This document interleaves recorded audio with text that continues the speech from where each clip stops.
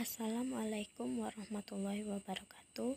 Perkenalkan, nama saya Amalia Kusumawati dari kelas Palembang dengan dosen pengampu saya yaitu Ibu Dr. Sri Sumarni MPD dan Ibu Mahyumi Rantina MPD. Adapun tujuan dari pembuatan video ini yaitu menjelaskan mengenai hakikat, tahapan, metode, dan karakteristik dari perkembangan nilai agama dan moral anak usia dini. Baiklah, yang pertama yaitu mengenai hakikat perkembangan nilai agama dan moral anak usia dini. Pada masa usia dini, proses pertumbuhan dan perkembangan dalam berbagai aspek sedang mengalami masa yang cepat dalam rentang perkembangan hidup manusia. Pengembangan nilai agama dan moral erat kaitannya dengan budi pekerti seorang anak, sikap sopan santun, kemauan melaksanakan ajaran agama dalam kehidupannya sehari-hari. Pada hakikatnya, Zakiah Darajat mengungkapkan bahwa agama mengatur hubungan manusia dengan Tuhan Yang Maha Esa, hubungan manusia dengan manusia, hubungan manusia dengan alam, dan hubungan manusia dengan dirinya yang dapat menjamin keselarasan, keseimbangan, dan keserasian dalam hidup manusia, baik secara pribadi maupun sebagai anggota masyarakat. Hal tersebut sejalan dengan hakikat nilai moral yang sejatinya diwujudkan pada perilaku moral yang baik atau bermoral. Selanjutnya yaitu tahapan perkembangan nilai agama dan moral, yang dimana pada tahapan ini terdapat beberapa para ahli yang mengemukakan pendapatnya mengenai tahapan perkembangan nilai agama dan moral, yang dimana salah satunya yaitu Jean Piaget. Piaget juga mengemukakan bahwa seorang manusia dalam kehidupannya akan mengalami rentangan perkembangan moral, yaitu yang pertama, tahap heteronomos, yakni cara berpikir anak tentang keadilan peraturan yang bersifat objektif, artinya tidak dapat diubah dan tidak dapat ditiadakan oleh manusia.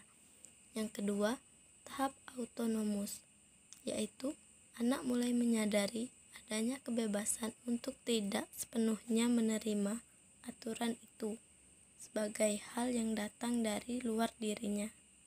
Selanjutnya ada Lawrence Kohlberg, yang dimana ia melanjutkan dan mengembangkan kedua tahap moral Piaget dan 3 tahap perkembangan kognitifnya. Lawrence mengeksplorasi secara langsung teori Piaget menjadi 3 tahap perkembangan moral, yaitu tahap prakonvensional, konvensional, dan pasca konvensional. Yang pertama yaitu tahap prakonvensional. Tahap ini berisi tentang ukuran moral yang dibuat otoritas oleh lembaga terkait. Pada tahapan perkembangan ini, anak-anak tidak akan melanggar ketentuan yang berlaku di lembaga, dikarenakan merasa takut atas ancaman dan hukuman yang telah ditentukan oleh lembaga yang terkait. Selain itu, tahapan ini juga terbagi menjadi 2 tingkatan lagi, yang dimana yang pertama yaitu tahap orientasi terhadap kepatuhan dan hukuman. Pada tahapan ini, mau atau tidak harus menaati peraturan yang ada, dikarenakan kalau tidak, anak akan mendapatkan hukuman sesuai dengan pelanggaran yang dilakukan. Yang kedua yaitu tahap relativistik. Pada tahap ini, anak sudah mulai sadar bahwa setiap kejadian mempunyai beberapa segi yang bergantung pada kebutuhan orang yang membuat peraturan dan kesenangan seseorang. Selanjutnya, tahap konvensional. Pada tahap ini, anak dituntut untuk mematuhi peraturan yang telah disepakati bersama-sama agar dia mau diterima di kelompok sebayanya. Adapun pada tahapan ini terbagi menjadi 2 tingkatan juga, yaitu yang pertama, tahap orientasi mengenai anak yang baik. Dalam tahapan ini, anak mulai memperlihatkan orientasi terhadap perbuatan yang dinilai baik atau tidak baik oleh orang lain atau sekitarnya. Sesuatu dikatakan baik dan benar apabila segala sikap dan perilaku atau perbuatannya dapat diterima oleh orang lain. Dan yang kedua, tahapan mempertahankan norma sosial dan otoritas. Pada tahapan ini, anak-anak mulai menunjukkan perbuatan yang benar-benar, bukan hanya agar supaya diterima oleh lingkungannya atau sekitarnya saja, tapi juga bertujuan agar dirinya dapat ikut serta mempertahankan aturan dan norma atau nilai sosial yang ada sebagai kewajiban dan tanggung jawab moral. Dan yang terakhir yaitu tahap pasca konvensional. Tahap ini disebut juga moralitas yang berprinsip. Pada tahap ini, anak mematuhi peraturan untuk menghindari hukuman kata hatinya. Sama seperti tahap-tahap yang sebelumnya, tahapan ini juga terdiri dari 2 tingkatan, yaitu tahap orientasi terhadap perjanjian antara dirinya dengan lingkungan sosialnya. Pada tahap ini, ada hubungan timbal balik antara dirinya dengan lingkungan sosial dan masyarakat. Dan yang kedua yaitu tahapan universal.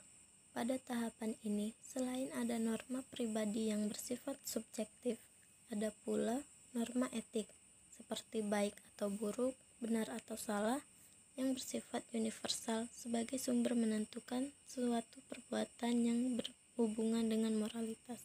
Lalu, terdapat beberapa metode yang dapat digunakan untuk mengoptimalisasikan perkembangan nilai agama dan moral pada anak usia dini, yaitu sebagai berikut. Yang pertama yaitu metode teladan. Perilaku yang ditampilkan orang tua ataupun pendidik sangat menentukan baik buruknya perilaku anak usia dini. Jika orang tua atau pendidik bertutur kata dengan santun, berpenampilan sederhana, dan mampu menampilkan perilaku moral yang sesuai dengan ajaran agamanya, maka anak juga akan menunjukkan perilaku moral dan kehidupan beragama yang baik dengan cara meniru orang tua atau pendidiknya. Tujuan dari metode ini adalah anak diberi contoh perilaku yang baik secara terus-menerus oleh orang dewasa agar anak meniru, karena pada masa ini anak cenderung meniru. Kedua yaitu metode pembiasaan. Metode ini merupakan cara mendidik anak dengan penanaman proses kebiasaan. Hal tersebut dimaksudkan agar anak mampu untuk membiasakan diri pada perbuatan-perbuatan yang baik oleh norma, agama, maupun hukum yang berlaku. Tujuan dari metode ini ialah anak dibiasakan melakukan perbuatan rutin. Metode pembiasaan ini mempunyai hubungan yang erat dengan metode keteladanan, karena kebiasaan anak erat kaitannya dengan figur yang menjadi panutan dalam perilakunya. Dan yang ketiga yaitu metode perhatian dan pengawasan. Metode ini merupakan kegiatan mendampingi anak di berbagai kegiatan dalam upaya mengoptimalkan perkembangan nilai agama dan moral anak. Ketika anak diperhatikan, ia akan merasa nyaman dan aman, hidup dengan penuh rasa cinta, optimis dan memandang positif pada dirinya serta lingkungannya. Sebaliknya, jika kurang mendapatkan perhatian atau bahkan terlantar, anak akan tumbuh dalam rasa terabaikan. Jika pada tahap awal kehidupannya anak telah kehilangan perhatian dan kasih sayangnya, maka pada tahap selanjutnya akan sulit bersimpati, berempati, dan menyayangi orang lain. Sementara itu, pengawasan juga perlu dilakukan sebagai bentuk kontrol terhadap perilaku yang hendak ditampilkan anak, baik itu perilaku yang baik ataupun yang buruk. Lalu yang keempat, ada metode hadiah dan hukuman. Orang tua dan pendidik dapat menggunakan metode hadiah dan hukuman dalam mengoptimalkan perkembangan nilai agama dan moral anak. Tujuan dari metode ini adalah anak diarahkan agar menjadi manusia yang berdisiplin diri dalam pergaulan sosialnya. Metode pendisiplinan diri tersebut ialah memberikan hukuman non-fisik bagi anak yang tidak disiplin dan memberikan hadiah bagi anak yang disiplin. Selanjutnya, yang kelima yaitu metode nasihat. Dalam metode nasihat ini, orang tua atau pendidik memberikan pesan-pesan positif dengan berceramah kepada anak, baik itu secara individu maupun klassikal. Pemberian nasihat secara individu dilakukan secara face-to-face antara orang tua dengan anak. Diperlukan momen khusus dalam pemberian nasihat secara individual ini. Sedangkan pemberian nasihat secara klassikal merupakan pemberian pesan-pesan positif kepada kelompok anak. Biasanya orang tua ataupun pendidik dapat menggunakan pemberian nasihat secara klassikal ini setelah melakukan sholat berjamaah, sebelum memulai pelajaran, pada saat mengakhiri pelajaran maupun di tengah-tengah kegiatan bermain anak. Selanjutnya yaitu metode permainan atau metode bermain.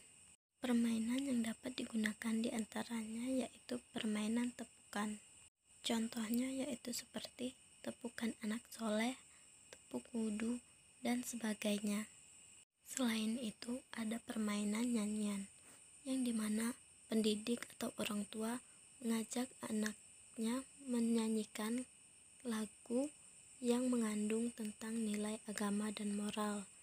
Selain untuk mengenalkan nilai agama dan moral, tujuannya juga untuk mengatasi kebosanan pada anak, karena menyanyi merupakan pembelajaran secara nyata yang membuat anak senang dan gembira. Metode selanjutnya yaitu metode karya wisata. Orang tua ataupun pendidik dapat mengajak anak melakukan kegiatan karya wisata, misalnya mengunjungi masjid-masjid, berziarah ke makam pahlawan, berziarah ke makam para wali, dan lainnya. Dengan mengunjungi masjid, anak akan semakin mengetahui seluk-beluk tempat ibadahnya, melihat dan mengetahui aktivitas peribadatan di masjid seperti sholat, berdoa, dan berzikir, serta memunculkan motivasi pada diri anak untuk ikut melaksanakan berbagai kegiatan tersebut. Metode yang terakhir yaitu metode cerita. Orang tua atau pendidik dapat mengambil berbagai cerita tentang Nabi, tentang keberanian dan kedermawanan sahabat Nabi, tentang peristiwa-peristiwa penting yang dialami para nabi dan sahabat, cerita tentang kealiman dan kepandaian tokoh-tokoh Islam seperti Al-Ghazali, Abdul Qadir Jailani, dan lainnya. Cerita-cerita yang berasal dari Nusantara juga dapat diberikan kepada anak, sepanjang terdapat nilai-nilai yang positif pada cerita tersebut.